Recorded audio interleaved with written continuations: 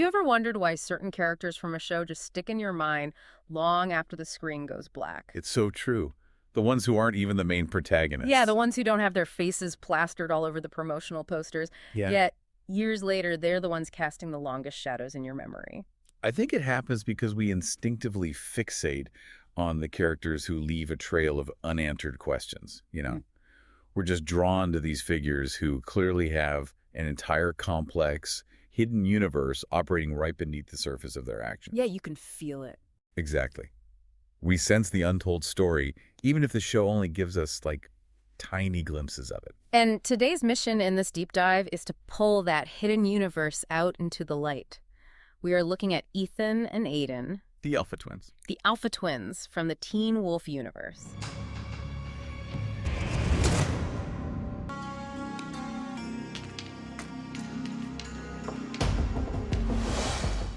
And to this day, these two remain among the most highly searched characters on the official Teen Wolf Wiki. Which really sounds wild at first. It does, because their entire narrative arc actually happened on screen across like half a dozen episodes, all mixed in with other plot lines. So we're going to piece that puzzle together for you. We have some incredibly comprehensive notes from Paul from Teen Wolf News to go through. And we're going to cross-reference his insights with the established canon from the official Teen Wolf Wiki. Bringing it all together? Exactly. Together, we're going to reveal the surprisingly tragic, perfectly cohesive narrative behind these fan favorites.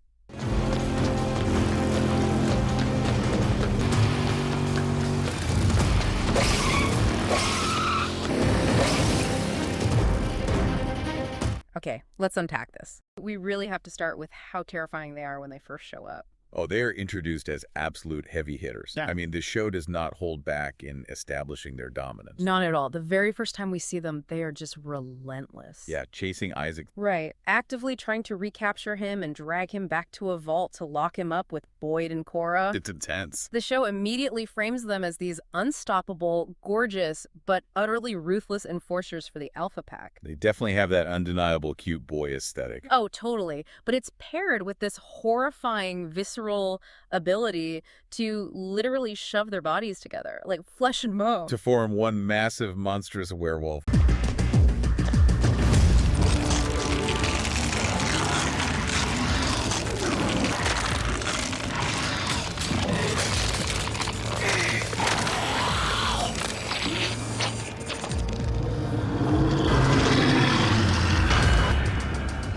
It's so gross, but so cool. But Paul points out a really crucial detail here. To actually understand the twins, we have to look at the exact opposite end of the werewolf pack hierarchy. Yeah, and what's fascinating here is the stark, almost unbelievable contrast between how they are introduced as these apex predators and the reality of where they actually came from. Right. Because before they ever met Deucalion, before they were recruited into the elite Alpha Pack. They weren't alphas. Exactly. We weren't like Kali and Ennis when we met him.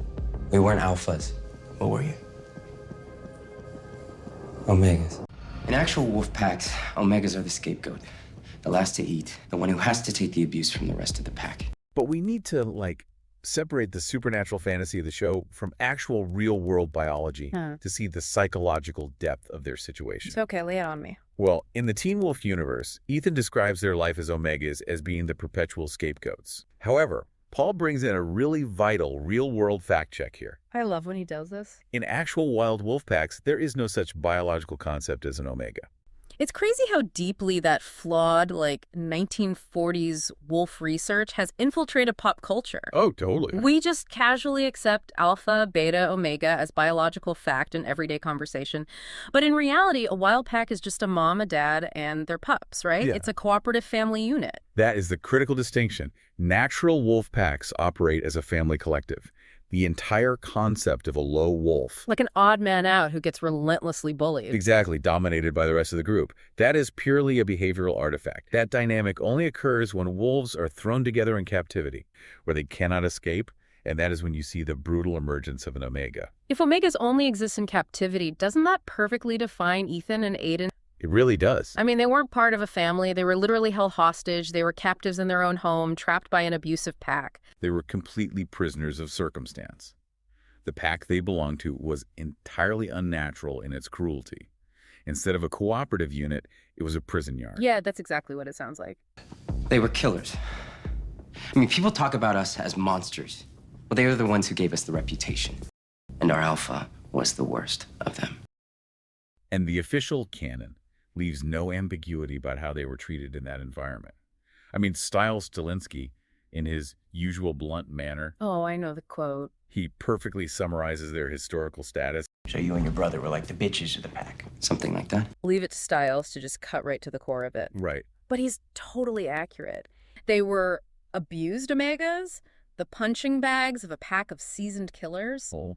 Two battered Omegas do not just wake up one morning and decide to take down a monster alpha in hand-to-hand combat. No, absolutely not. They would have been slaughtered instantly. They absolutely would have been. They couldn't rely on raw strength or fighting technique against a pack of killers. They needed a weapon. A massive advantage. Exactly. And the tragic irony of their story is that the weapon they desperately needed was a biological anomaly unique to them. They were the weapon. They were the weapon. Which is the defining, most visually insane trait of Ethan and Aiden. Styles famously dubbed it the Voltron Wolf. Naturally. Naturally. Why didn't you guys just fight back? Form Voltron Wolf, you know? Kick everyone's asses. We couldn't. We didn't know how to control it back then. Deucalion taught you. Once they knew how to trigger the fusion, they were an unstoppable force. They methodically took down their abusive pack. We took down the whole pack, one by one. And by the time we got to our alpha, he was begging for his life. And we tore him apart. Literally. The timeline of this violent escape is so perfectly contained that years later, another character actually uses the bloody aftermath as an alibi. Oh, this is where we dive into one of the most brilliant timeline loopholes in the series. Yes. Involving Season 5's notoriously unreliable narrator, Theo. My last try, I went down and hit hard. Sitting there at the bottom of the pool, and I realized something. I heard the board come back down. Came at me fast. I barely had a chance to turn around before it bit me. Oh man, Theo. He weaves this incredibly elaborate, entirely false backstory about how he became a werewolf. It's so complicated. It is, and the lie is genius because he uses the twins' very real, horrific history as his own personal shield. Massive badass alpha, completely covered in blood, suddenly shows up out of the shadows and bites him. Okay, terrifying. Right. Then Theo claims that a couple weeks later, he met another member of the werewolf community. You know, why didn't he come back for you? Because by the time of my first full moon, he was dead. I met another one of his pack a couple weeks later. Told me the alpha that bit me was killed by two of his own betas. They were twins. Twins. Twins. It's just a masterful manipulation of the facts. It works perfectly because Theo mathematically threads the needle of the established timeline. So it completely explains away the most glaring hole in Theo's fake backstory. Exactly. It's a watertight alibi. I want to look at the visual Theo provided of that bloody claws, Alpha. Okay, yeah. Theo is obviously lying about the bite itself, but he's building that lie on the actual known reputation of this guy. Right, the guy was a monster. Exactly. The Alpha shows up dripping in blood. So my question is, whose blood was it? Oh, that's a good point. Right. Yeah. Was this horrible Alpha just out on a Tuesday slaughtering innocents, living up to his reputation as a monster? Man, that paints an incredibly chilling picture. Doesn't it? I mean, the official canon leaves the exact source of that blood open to interpretation. But the absolute certainty is that the Alpha never came back because the twins ultimately won the fight. I want to look closer at the mechanics of this Voltron Wolf form. Okay, let's do it. Because Paul introduces a crucial insight that completely changes the psychology of those violent scenes. He proposes the third persona theory. Oh, this changes everything. It really does. Because when Ethan and Aiden merge, it is not just two guys piloting one giant body like some biological mech suit. Right. The official canon supports the idea that the Voltron Wolf is a completely different character. It is a distinct entity, an entirely new consciousness that is greater than the sum of its parts. Yeah, Paul uses a fantastic pop culture analogy here. He compares it to Steven Universe. Oh, I love that comparison. It's so good. In that show, when two gems combine, they don't just become a taller, stronger version of themselves. They fuse into a new, fully formed persona. Right. Like, Garnet isn't just Ruby and Sapphire talking over each other. She has her own distinct personality, her own voice, her own autonomous motives. The Steven Universe comparison holds up functionally in terms of the fusion mechanic, or even more accurately, the character Tuvix from Star Trek Voyager. Oh, Tuvix is the perfect comparison here. It really is. Energize. I'm only getting one pattern. Tuvok or Neelix. I don't think it's either of them.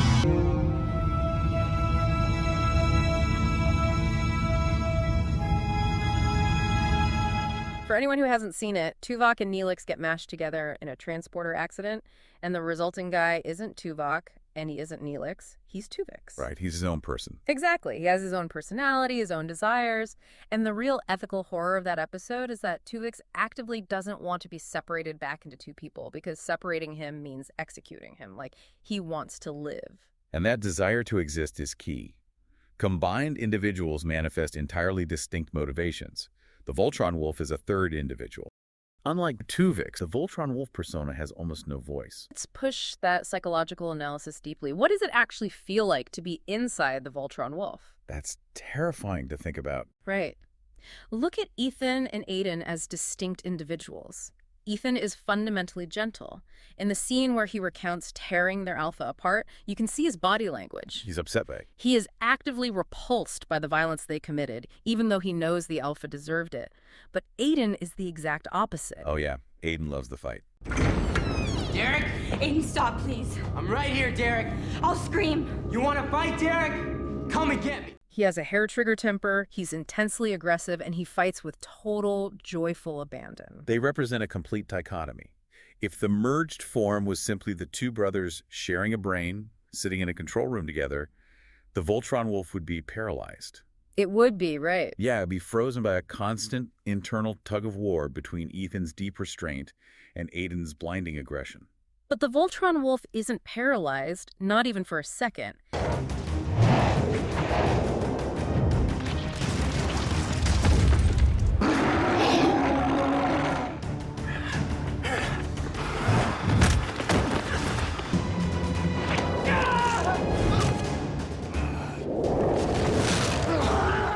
So what if Voltron Wolf isn't just a cool physical party trick? What if this third persona is a physical, biological manifestation of all their repressed, shared trauma? Think about it. They spent years as captive Omegas, absorbing daily physical abuse. So the Voltron Wolf is pure, unadulterated, screaming rage.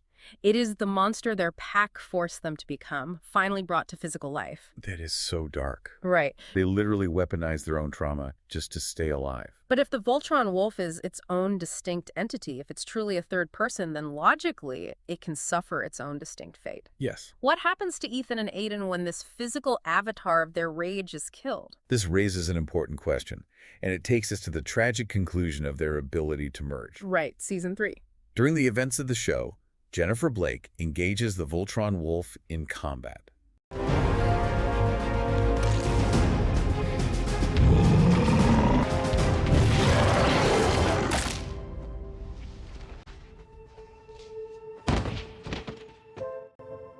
We really have to look at the supernatural architecture of this power. Let's do it. Because according to official Teen Wolf canon, the foundational truth of their ability rests on how they interacted with the Alpha Spark.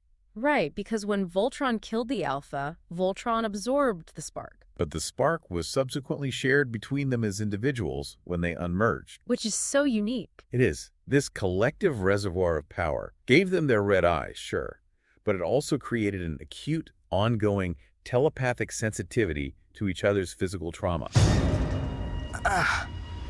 What? What's wrong? You hurt? Not me. My brother.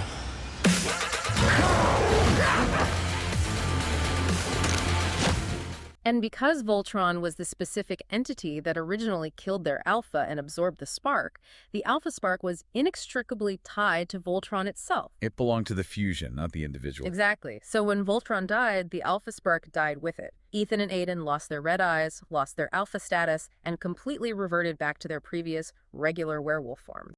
And the permanence of this event is staggering. Because the merged form died independently of the twins, They permanently lost the ability to merge ever again. It's gone forever. Yeah. We're not just betas anymore, we're omegas. The bitches. Remember? When everyone we screwed over finds out we don't have a pack anymore, what do you think's gonna happen? We're dead on our own. But here's where it gets really interesting. Okay, I'm ready. Paul brings real-world physics into this magical universe. He points to the first law of thermodynamics. Energy cannot be created or destroyed. It can only be transferred or transformed. Right, basic physics. So, if the alpha spark is a massive reservoir of supernatural energy, and energy can't just disappear into thin air, where did the energy of the Voltron spark go when Jennifer snapped its neck? It's a great question, and the broader mechanics of the lore provide a very robust answer for this. Okay, lay it on us. Especially when we look at Derek Hale's arc. Oh, with Cora. Yes. Yeah. We saw Derek systematically use his own alpha spark to heal Cora, pulling her back from the brink of death.